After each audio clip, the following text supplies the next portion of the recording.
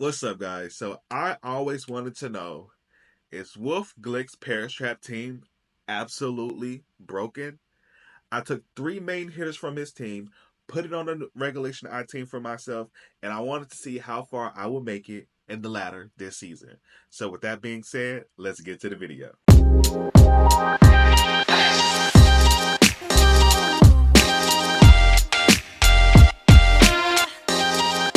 So for the breakdown for this team, we're going to use Ice Rider, Screamtail, Entei, Gothitail, Incineroar, and Miraidon. As you can see, Screamtail, Gothitail, and Incineroar are Wolfe Glick's top Pokemon that he always uses on his Paris Trap team. And I can't wait to show you guys how much damage these Pokemon can do just by themselves alone. He ends up starting with his Lunala and Whimsicott. I end up starting with Screamtails and Ice Rider. Little did I know this match would not last that long.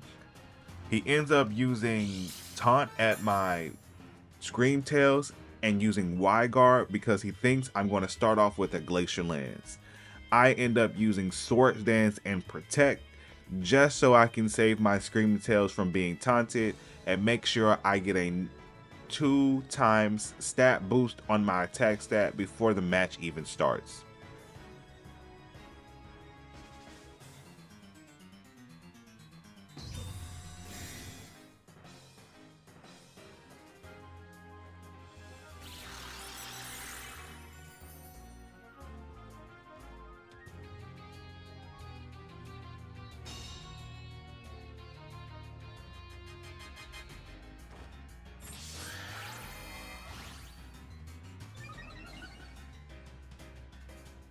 We got that sharply boost on our attack stat, so our next move is going to be a Terror Water Trick Room. And we're going to encore his Whimsicott so we can force him to switch out this Pokemon. We need this Pokemon off the field so we will not get taunted again and put our Screaming Tails at risk. Like I said, we're going to go ahead and Terror Water. And we're waiting for that Trick Room. We are going to be annoying. He's going to keep Y-guarding because he's going to think we're using Glacier Lance, but high horsepower is going to be our best friend in situations like this when we have a wide guard user on the field. Encore the Whimsicott. Now he's stuck in a helping hands. He's going to be forced to switch out 9 times out of 10. The Moon Jet Beam is not going to do that much damage because we are Terra Water.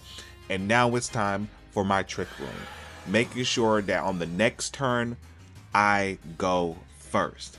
But we're not going to sit here and use Glacier Lance because what he's going to do next is a Y guard. He switches out his Whimsicott like we wanted him to, so Screaming Tail's next move should have aimed for Lunala, but next time we'll do better. He sends out Urshifu, Y guarded up, but guess what's coming for Urshifu? The hardest high horsepower known to man. I'm sorry, I hit Lunala with that high horsepower.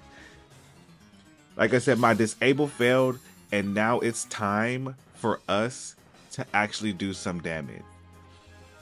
We're going to hit him with another high horsepower because he's going to try to save his Urshifu, but that's not going to happen.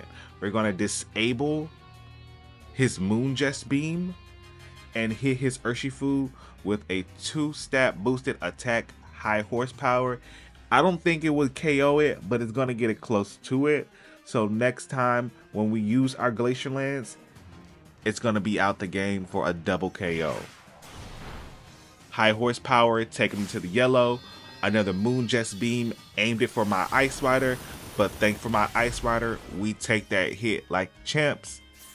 Iron Head and my Screaming Tails, and I end up flinching, so my disable does not get off. But guess what, people? Guess what? And it's time for the all-powerful Glacier Lance that's gonna get us this win and gonna get us this rage quit. Protect on the Screaming Tails, even though Unseen Fist will hit through that protect. It's just a precautionary tail. Like I said, Glacier Lance. Double KO. And at that point, we knew the rage quit was coming.